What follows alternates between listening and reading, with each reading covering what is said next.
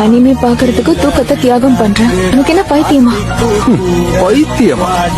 யோசிக்க வேண்டிய விஷயம். நான் ஆத்மார்த்தமா நேசிக்கிற அனிமேக்காக என்னோட உடல், பொருள், ஆவி எல்லாத்தையும் அர்ப்பணிக்கிறதுக்கு பேரு பைத்தியம்னு சொன்னா அதை நான் சந்தோஷமா இருக்கேன்.